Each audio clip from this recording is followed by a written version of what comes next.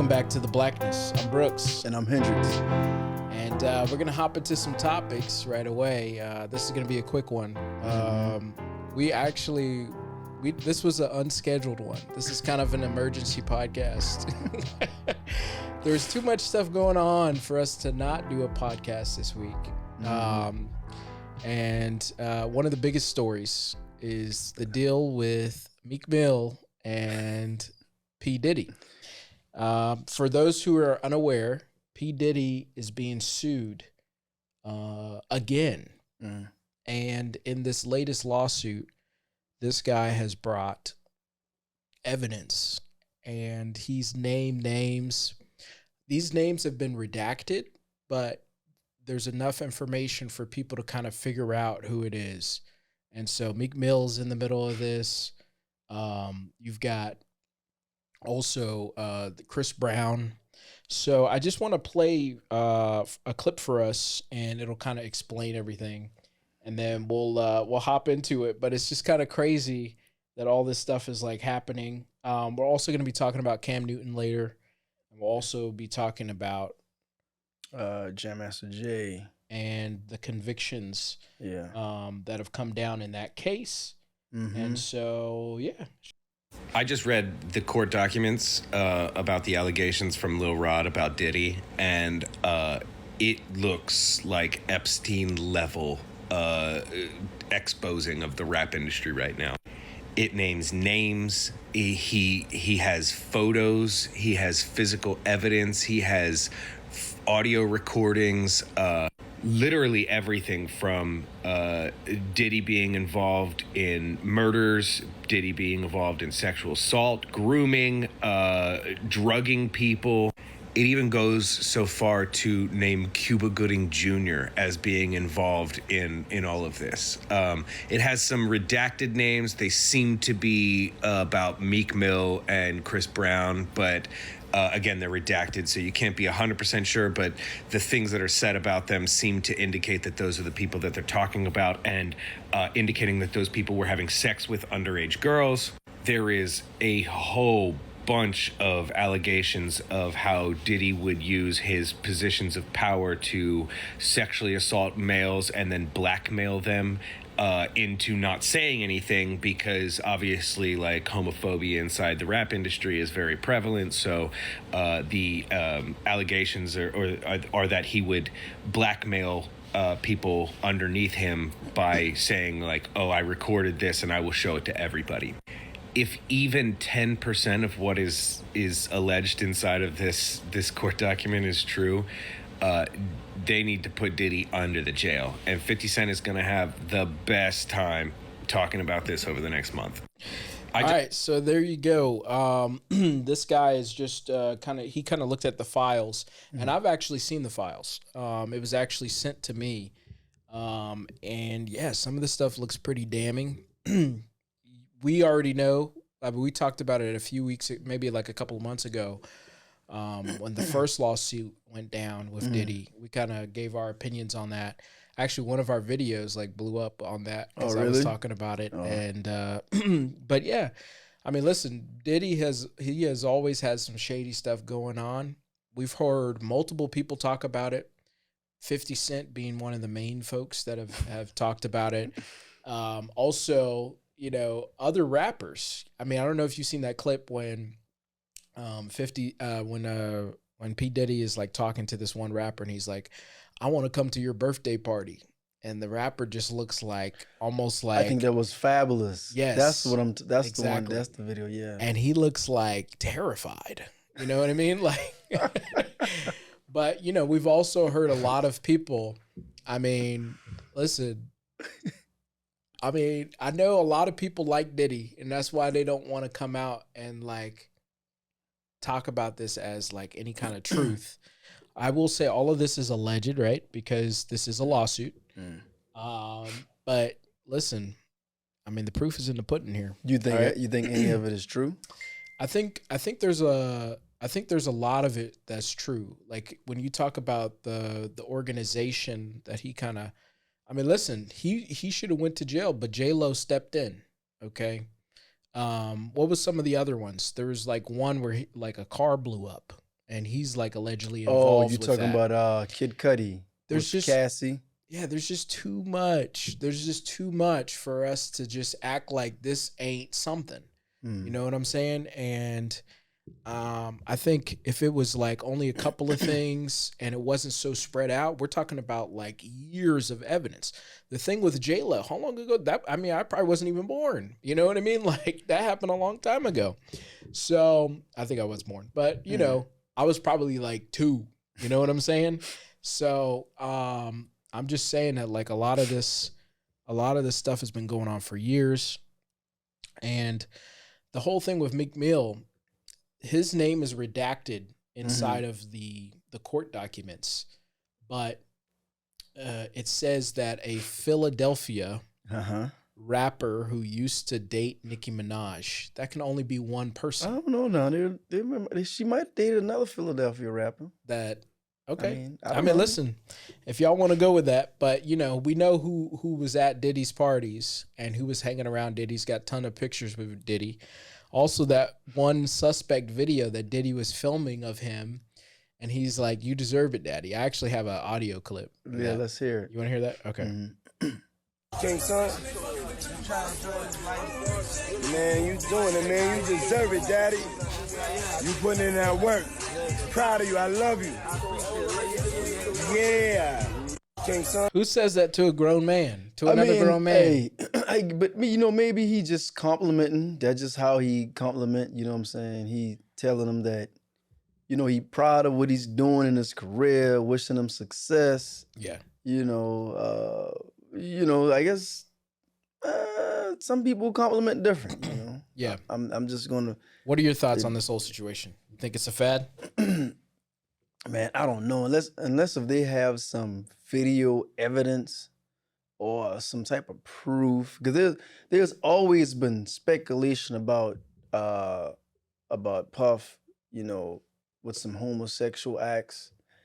He never addressed it, and honestly, I never thought it was really true or anything like that. Because even he said he hears about it, he knows, you know. And I know he messed with girls. Now, maybe some of the allegations, but some of the women saying he got a little aggressive, you know, now that could potentially be true. I guess allegedly that could be true. Yeah, I can kind of see that. But far as with the other things, I mean, I don't know. I don't know, man. But what else you got? I mean, my thing with this this whole situation is just there's been too many people that have come out. There's been too many people to say it now, and I mean, famous people who aren't famous, like it's a spectrum of people who've come out, people from all walks of life, and they've said, "Hey, Diddy did this." And do you think they just want money?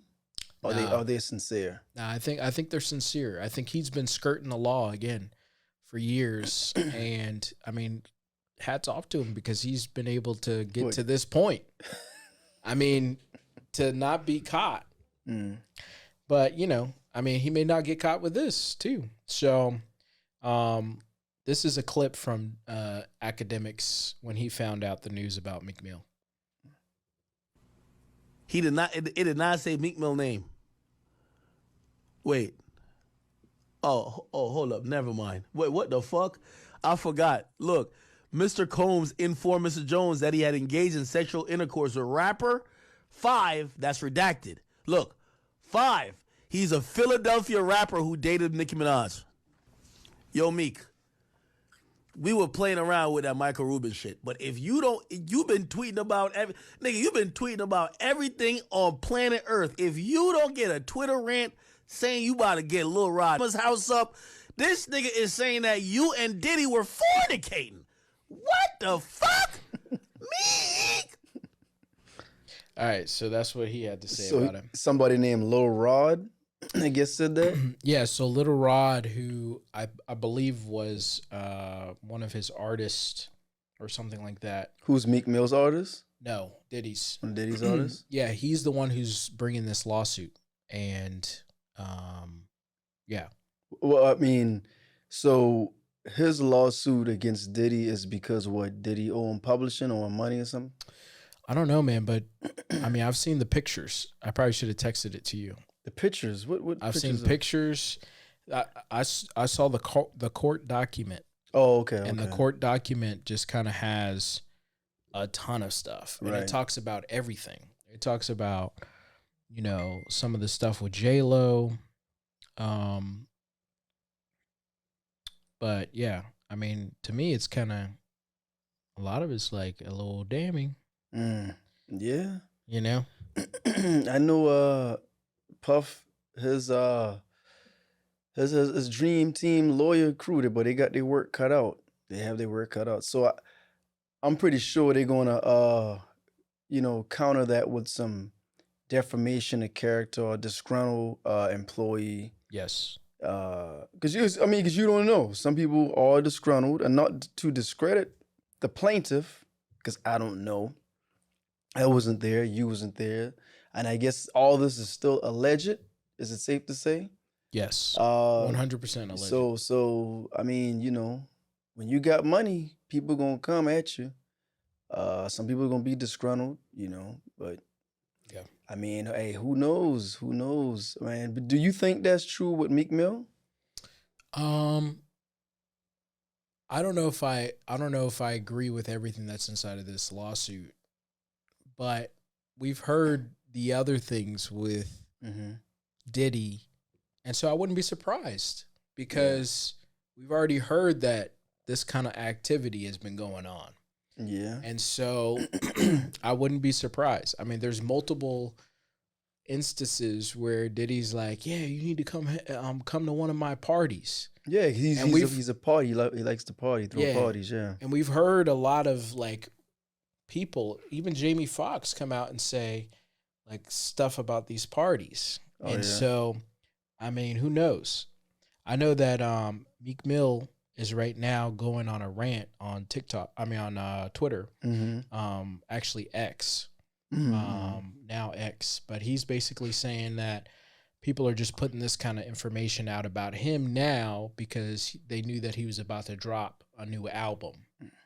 And so, listen, yeah, there might be some truth to that too, So, I mean, nobody really knows. Like you said earlier, we weren't there. Right. Thank God. No, I'm just kidding. We weren't there, and so we don't know what's true and what's fake. But this is blowing up the internet right now. I mean, even like Andrew Tate is like tweeting about it. What did he say? What did Andrew Tate say? He just asked a question. He just says, so P. Diddy was having intercourse with Meek Mill and Usher, and he puts a question mark by it. And so that's all he said. But everybody's talking about it. Like it's trending number one. Meek was trending number one. And so, but yeah, he's basically denying all of it. He's going on a long rant. He's been tweeting for like hours now.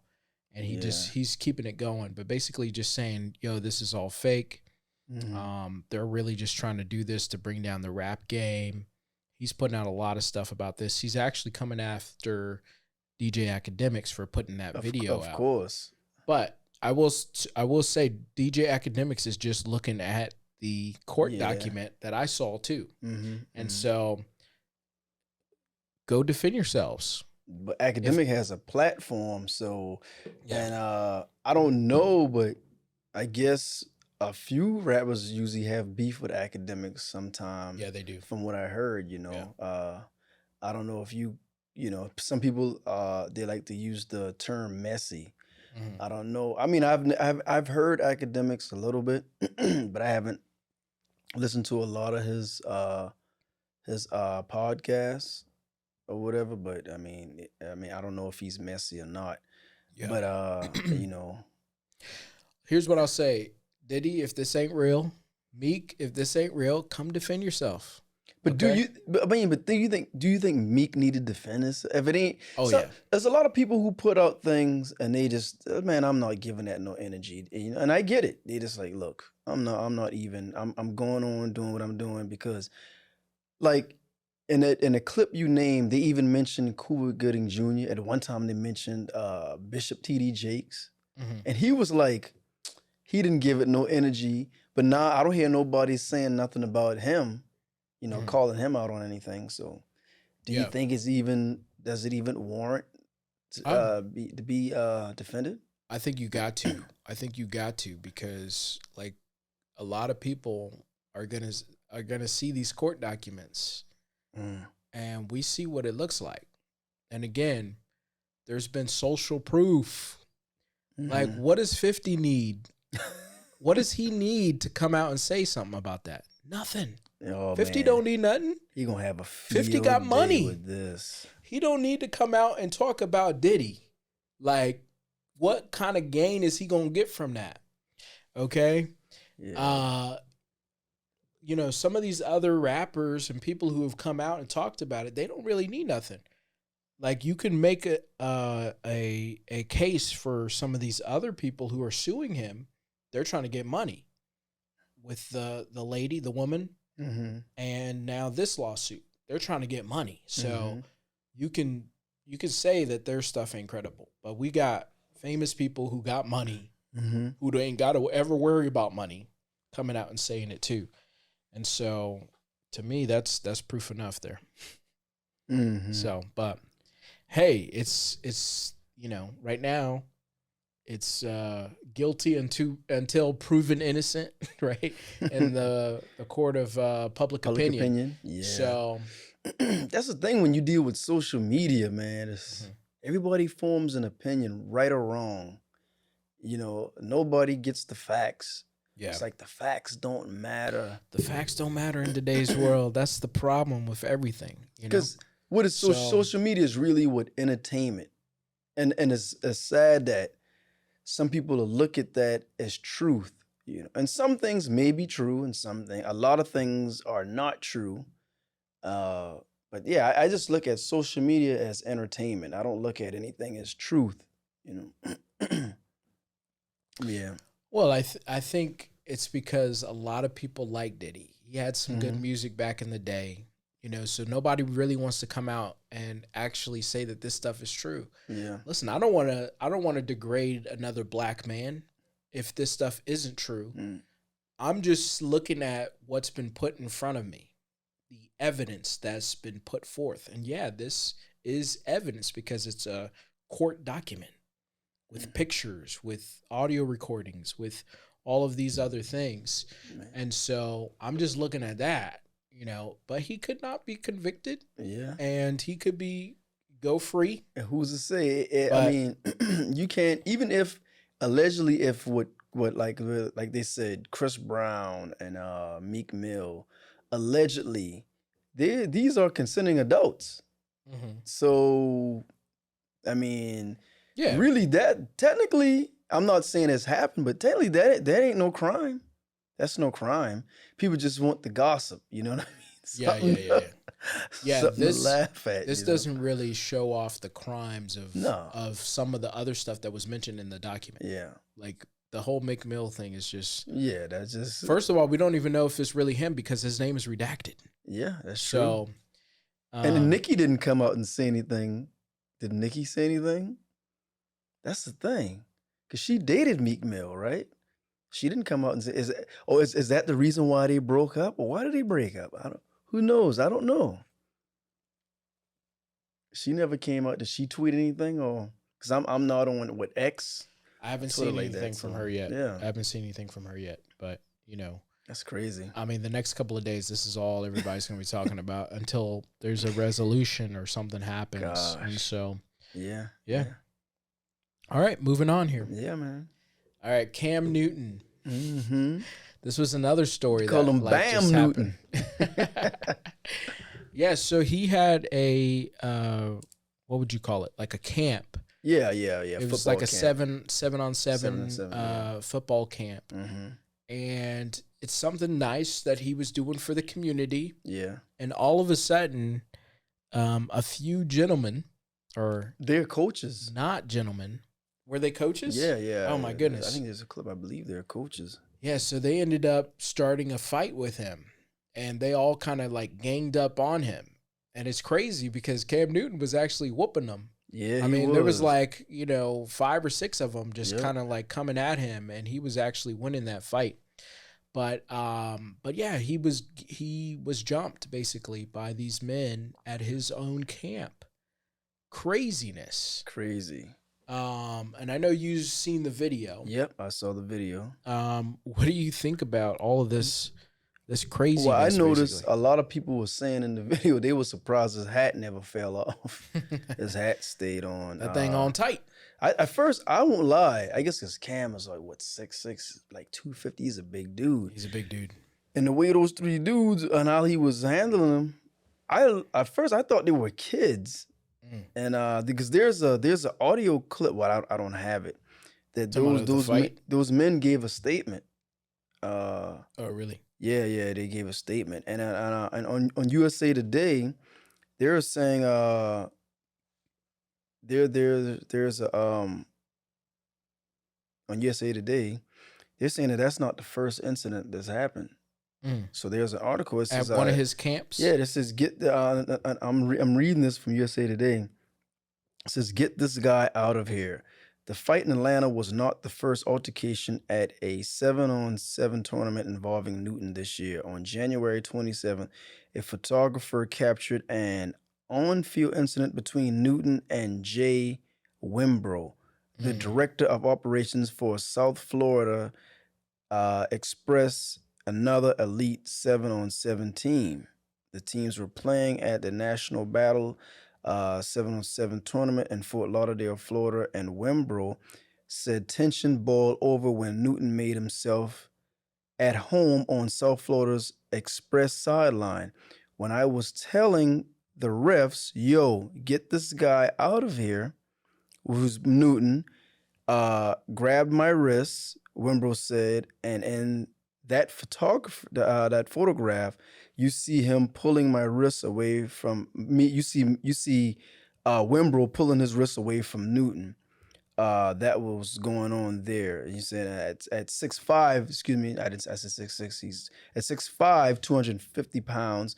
Newton towers over Wimbrow and everyone else on the 7-on-7 circuit.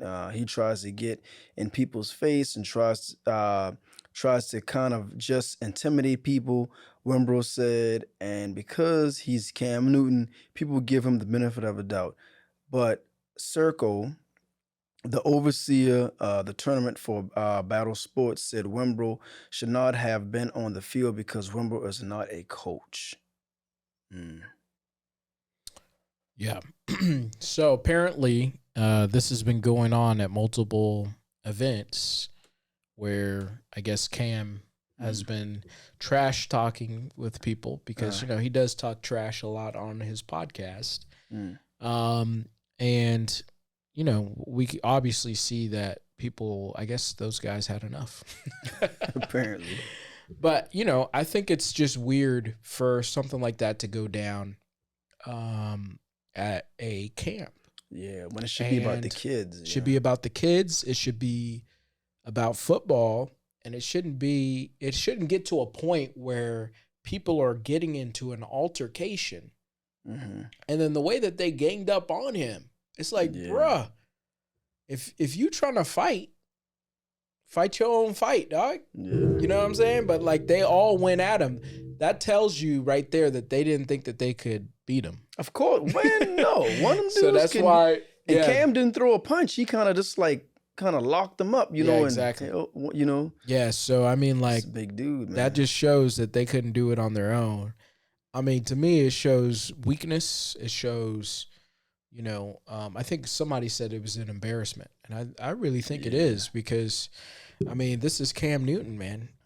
I mean, I remember watching him at Auburn and them going 14-0 or something like that, and winning the championship, and him winning the Heisman Trophy, and all of that stuff. Like, it was, that was great. And I mean, even like here, we're in Carolina right now. Yeah, we're in South Carolina, but like, the whole, Carolina thing, him taking them to the Super Bowl, Superman, him doing the dad. Even though I'm not a Panthers fan like that, but I ain't a Panthers fan either.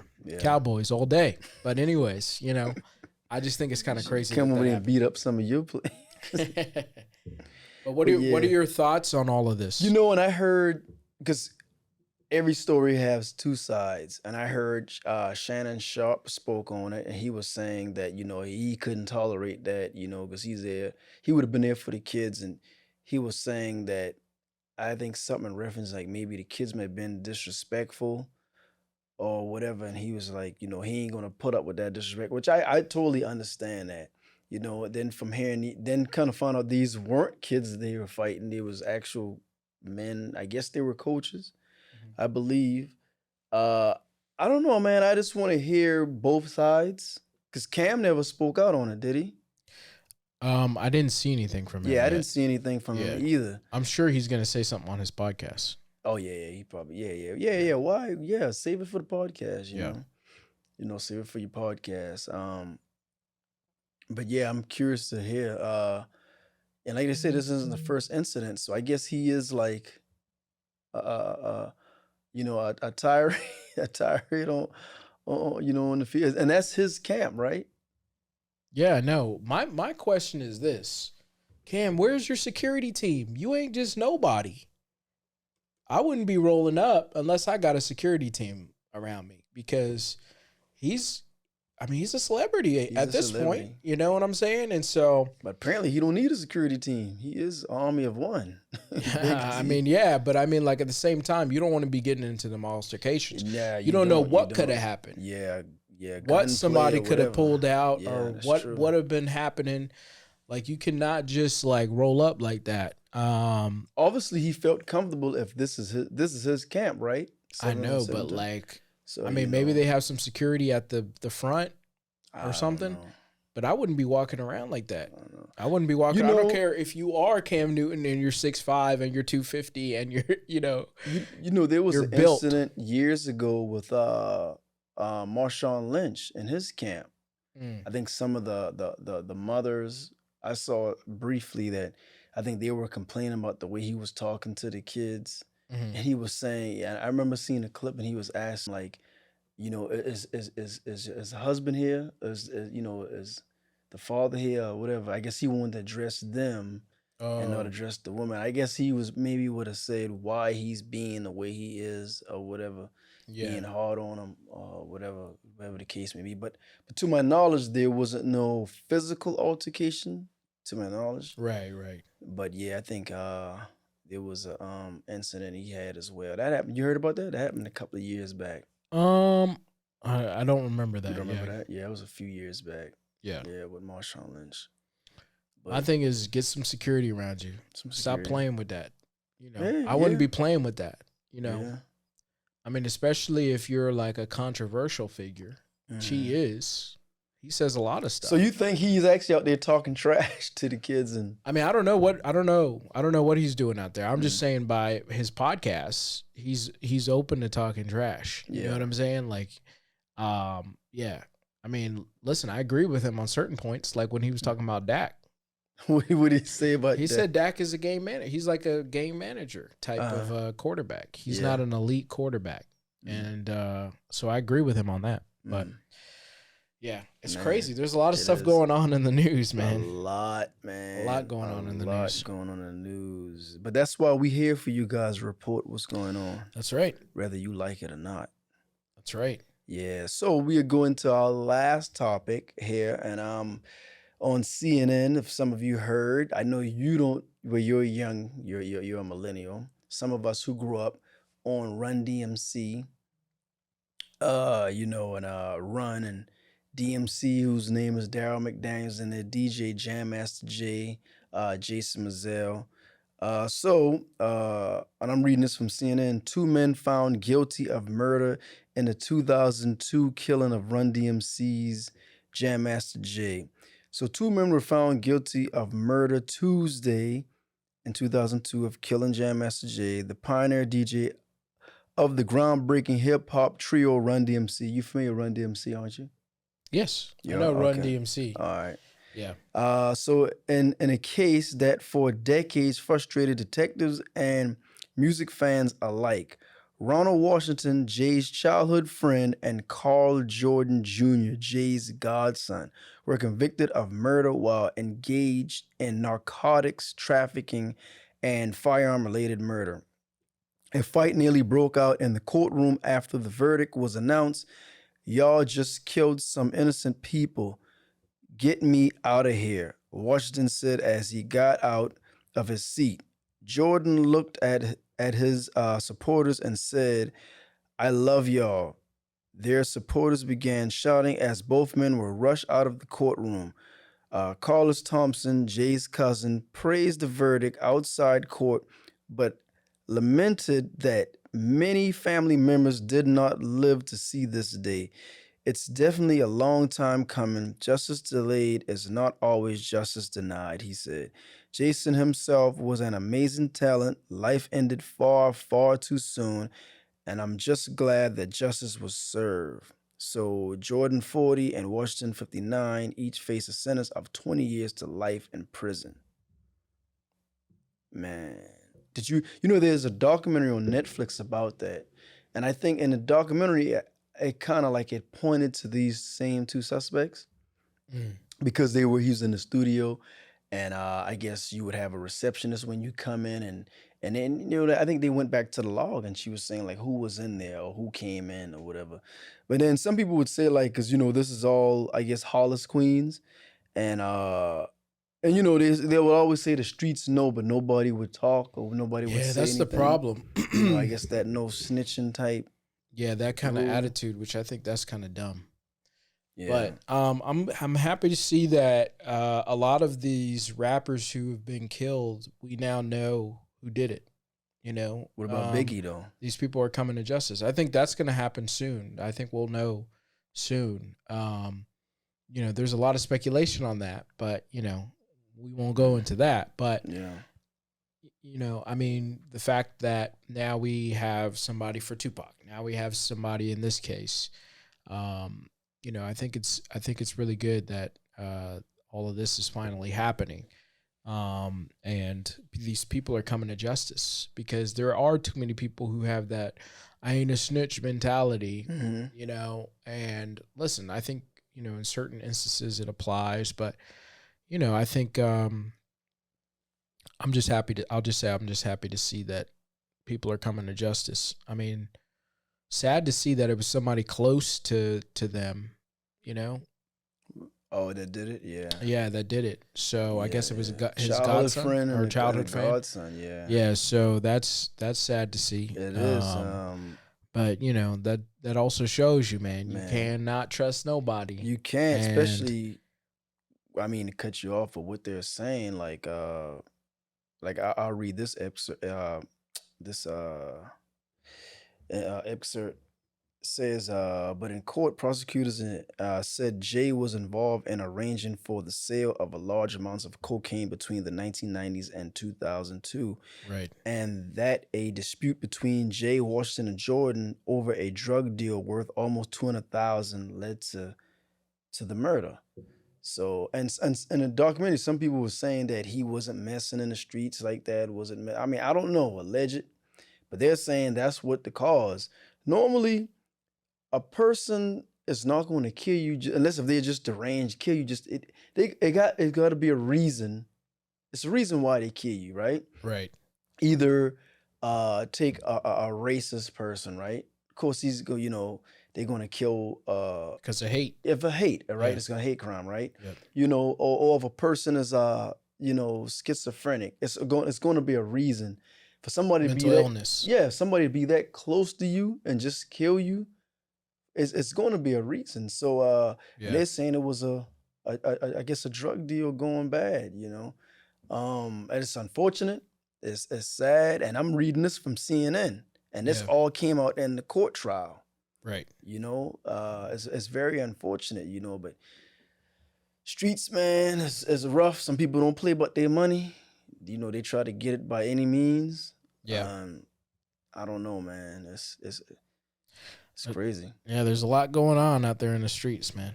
Yeah. You just gotta, I'm glad that I grew up in a household that kept us away from that. And we never really dealt with the streets, so, and we very well could have, especially living in the spot that we were living, and so, not everybody has that luxury because, you're kind of born in it. Some people are, Mm-hmm. you know, they're kind of born in those situations, you know, and so it feels like it's the most logical thing to do is to go into crime and do some of those things. So, anyways, I mean, I'm honestly, I'm glad I learned about the streets. You know, I kind of dabbled in the streets a little bit, so that kind of, you know, not make me a square. I mean, I don't know. Maybe I'm a square now because I'm a civilian. I'm not in the streets like that. I'm a civilian. yeah, But I, you know, from hanging with friends and running around in the streets and messing around, you know, doing some things here and there. but you were But I able to kinda, shift and pivot out of that, yeah. and so But I didn't grow up. It's just like, uh, and I'm not even gonna say it's peer pressure because my mother worked single family also. My mother's a nurse, so you know we weren't middle class, but you know we had food, we had clothes, we had a house. We always lived in. I had shoes and this, and then I worked a little part-time gig myself. Me, I just wanted more. You know what I'm saying? I wanted more. You know, my mother taught me responsibility early. You know, I helped pay some bills. Technically, I probably didn't have to pay bills, but you know, my mom and money. You know, so yeah, my mom ain't playing but the money. So you know, so yeah. I just wanted, you know, more. I just wanted more. So that's why I did what I did. You know, and then your friends hanging around with your friends and messing around and whatnot. So yeah, that's the only. But did I have to? No, I didn't have to. I So didn't. you think that if your friends weren't around it, Mhm. eh, you wouldn't have kind of gotten into it? Yeah, if no one I knew was a if nobody think about it, Mhm. if nobody around me was doing it, then that mean it. If nobody around me was doing it, that mean it wasn't accessible Mm, to us, right? mhm. Then it would Wasn't be no even an need. option. Yeah, it wouldn't even been an op. You know, what I'm saying? It wouldn't even been an Yeah. option. But you know, some of my friends and you know, dibbling dabbling and coming up in the '90s, Yeah. I mean, even in the hip hop, you know, crack era, you know, 10 Crack Commandments, you know, hustling and this and that and the third, and Yeah. it made it cool, even Yeah, though it wasn't. It made it cool. that's why most kids get into it because it Yeah, seems like yeah. it's Yeah, cool and that's it's what it like the was. thing to do. It's thing to do. It's cool. You got money, a little bit of money in your pocket. You got a little bit of some jewelry on, some Mhm. clothes. You know, you pretty much how they said that how it started. Like the rappers emulated the drug dealers with the jewelry and everything like that. And so when we came up, we kind of because we started seeing the rappers with the Jews, so we emulated the rappers because early New York era, the Bronx, Queens, Brooklyn, Manhattan, you know, the big time drug dealers was the one way in the jewelry. So Yeah. the rappers saw that and they emulated that, right? So therefore, rap took off. Now it's mainstream in the world. We seeing music videos, and they got the truck jewels on, right? So then we wanted to emulate that what we saw rappers doing, because you know at that time we couldn't see what people in New York were doing. Before social media, they were way ahead of us. So we emulated what the rappers did with the new gear. You know, we watching Rap City and UMTV Raps. So we started, and that's not to say that the rappers were selling drugs. Some of them probably were, Yeah. but you know, but they were making a little bit of money off of their music and things like that. So, you know, so yeah, we saw that, and that's what we wanted: the fat donkey rope chains and the 4 finger rings, and you know, the fly gear, and have a little money, and of course what that comes with the girls. That's, you know, that's how you get Yeah. some of the girls, And you the know. street cred. And, Yeah, exactly, You know, you exactly. feel a certain You type know, of way. And exactly, yeah, you walking around, you know. yeah. You know, you So, cool, you know. But you know, the same way you know you can be cool in the streets. The unfortunate thing happened to Jay. The same way you can get robbed and or mhm. you can get shot or whatever. You know, Yeah. all that encompass, all that comes with Yeah, that cred. You know, all that comes with all that. You know. The good with the bad. People just like to see the highlights. They don't Yep, like to that's just see the what highlight. happens at the end. Yep. And so that's what Yep. happens. All right. Well, that's our podcast. Real quick, Mitch McConnell has announced that he will step down as the Senate Republican leader in November. This is according to CBS News. Your thoughts quickly, and then we'll end on that. He should have been stepped down. Fucking, excuse me. How old is he? About 80 something? Yeah. He should have stepped down about 25 years ago. He's man. 82. Yeah, he should have stepped down a long time ago. So, People don't. The Senate job is, that's the only, being a senator is the only job you can have, that and Supreme Court appointment. yeah. And you literally can be there till you die. Yeah, I know. No other, you can't be a postman. you can't be a cop. Hell, you can't even if you own a hair salon, you can't be a hairdresser, even if it's your business. Eventually, after a while, your body going to tell on you. Yeah. But that's the jobs you can literally stay there. They can come in the office and find you dead in the office. I'm like, goodness, he should have It's been crazy. stepped down. Yeah. It's crazy. Yeah, I agree with everything you said Yeah. there. Finally, Finally. Hey, we got a couple of more podcasts coming up for you guys. Stay tuned. This was just an emergency on the fly one, so we got more coming up. So definitely stay tuned. Oh yeah, we got one about politics too coming up. Oh, So yeah.